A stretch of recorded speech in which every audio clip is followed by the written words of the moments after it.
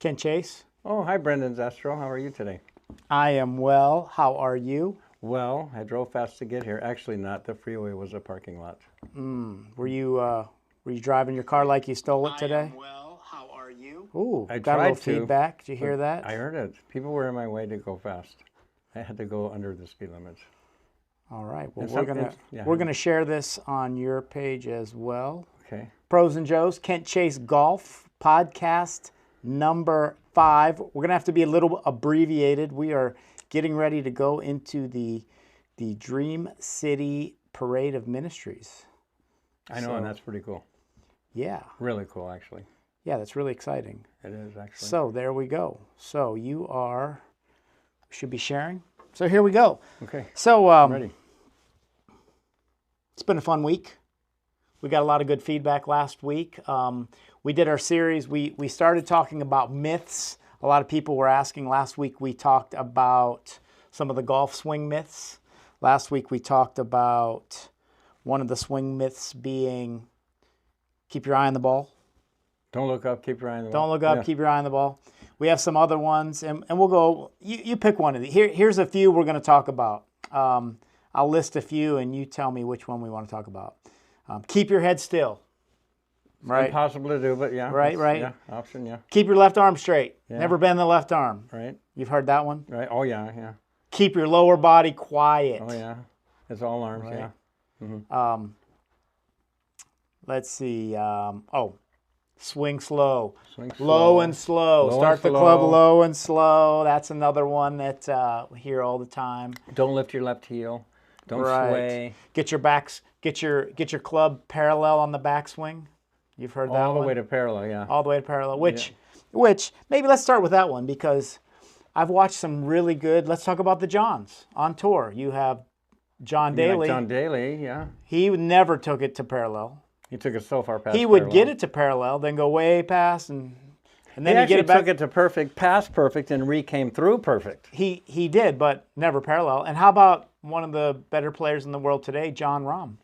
He takes it to about chest high And bombs it. and hits it as far as anybody and Yeah. is as good as anyone. Yeah. And Xander Schauffele, another guy. Yeah. He's not he's short of parallel. So let's start with that one. How about the what do you think about that?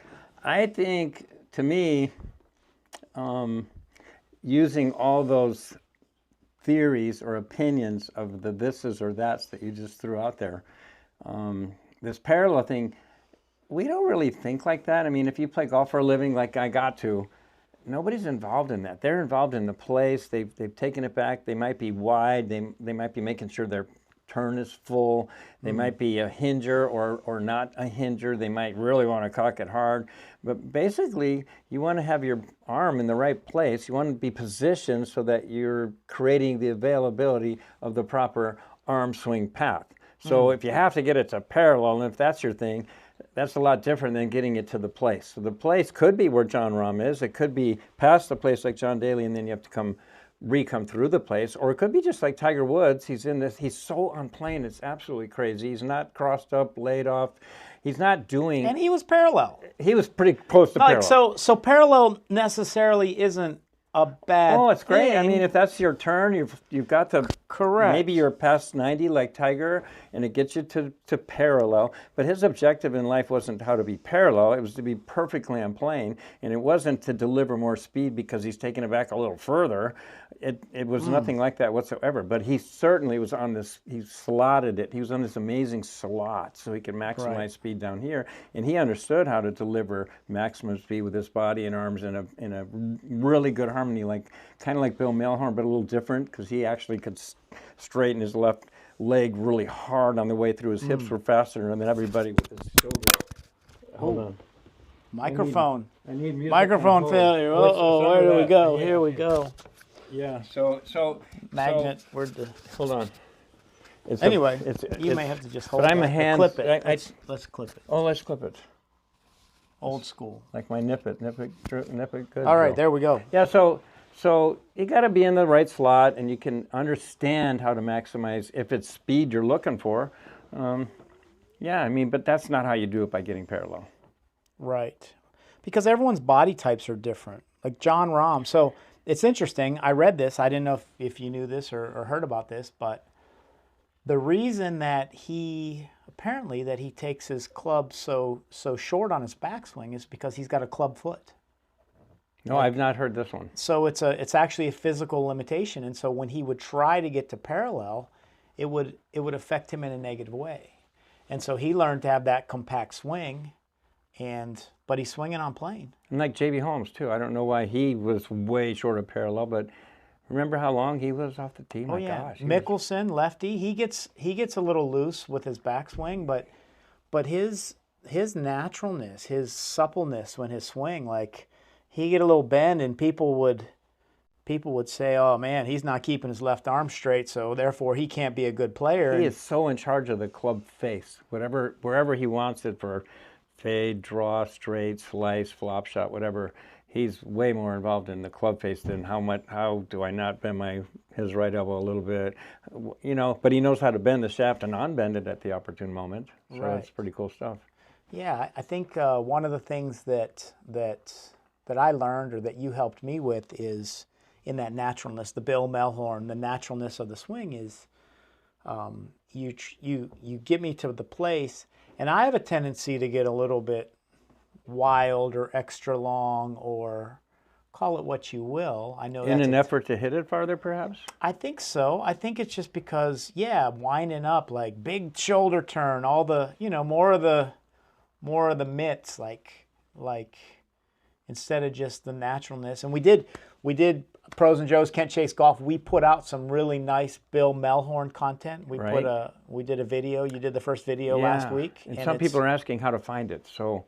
Oh, well, there's a link on your site on Kent Chase Golf. There's some reels, and in the description of the reels, you'll see there's actually a link to a YouTube file that has the whole video. Perfect. And it's also there's some links in Facebook and Instagram. So if the viewers are looking for that, they can find. But we've also cut it up in some nice reels, so people can watch 12 minutes of a lesson, Awesome. 1 or 2 minutes at a time.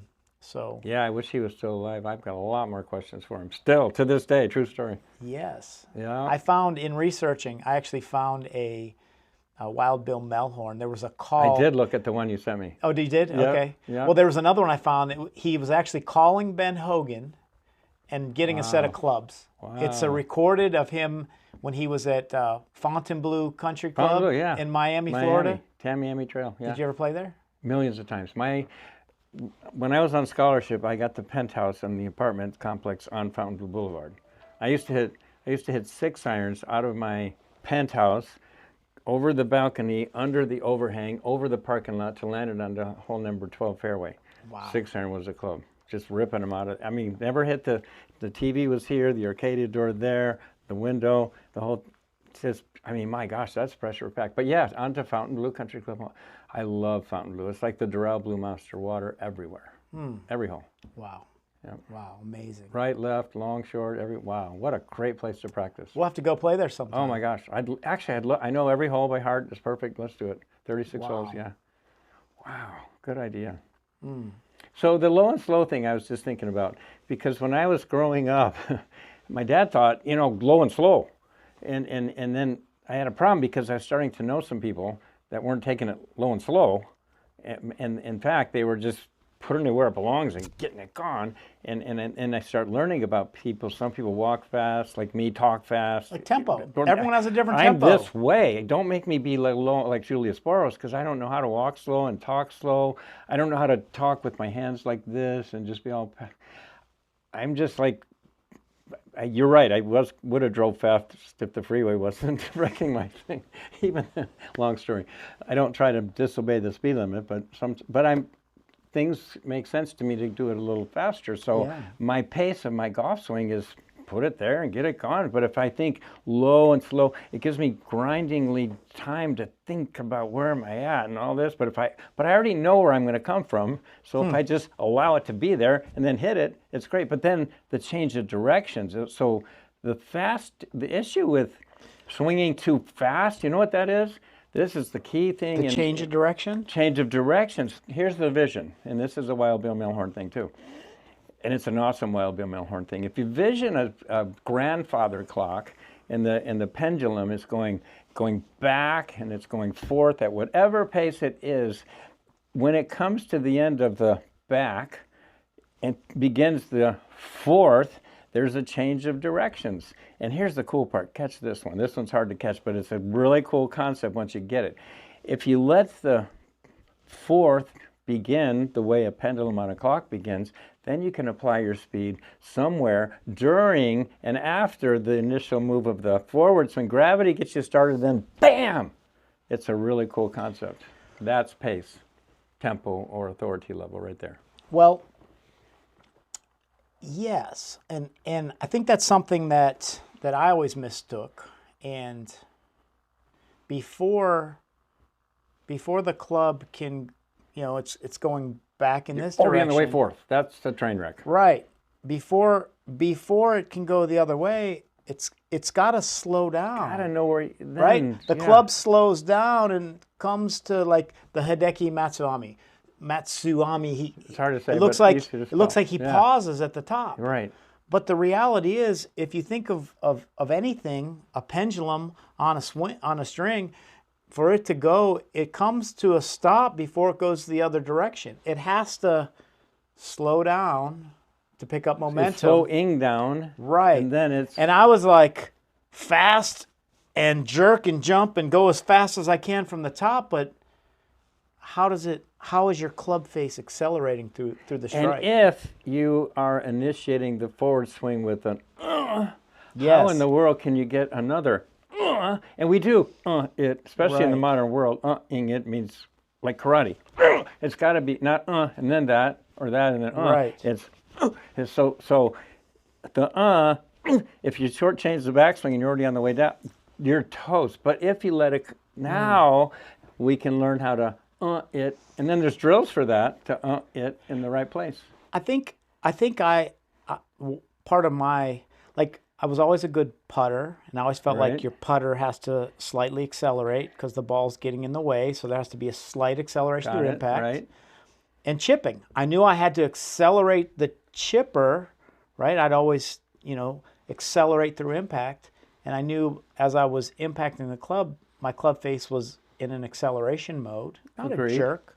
Right. But for the long, full swings, I felt like I got that thing loaded, and I had to unload it as hard and as fast instead of letting it slow down, pick back up momentum, and be at that maximum point of acceleration through the impact of the ball, where Right. you want all your energy to hit it. But Yeah, the best way I ever got my mind to understand that was somebody, and this wasn't Wild Bill Melhorn. I have no idea who taught me this one, but it was in Alaska. I used to go to Alaska a lot and train the to golf in Alaska, yeah, Mendenhall Golf Club. that sounds cold. It's in Juneau Go in the ahead. summer, yeah, it's light all 24 hours, and they can't wait for training. So they'd fly me up there. We'd do deep sea fishing. It was a really cool thing. But they'd take me. We'd go there for a month, and it would be really, really cool. So they taught me. We had who can throw their reel out there the furthest when we did off the shore. Okay. And the key is you have to learn how to bend the rod. In golf, that would be the shaft. Bend it, and how could you understand when to unbend the thing at the opportune moment to maximize speed. Wow, and that's the concept of golf. And we get such stiff shafts because we kind of want to be stiff or extra stiff because that's what big people seem like they should have. But we don't know there's a million different flexes and flex points and blah, blah, blah, that if you get fitted properly. So bend it and unbend it. When you learn bend it and unbend it, go fishing one day and figure that one out. And then you can learn how the concept of, you can't go up there. You got to go, bam. Or have you ever? Here was another one that. Have you ever snapped a towel? Like that. Right? Bam. Yep.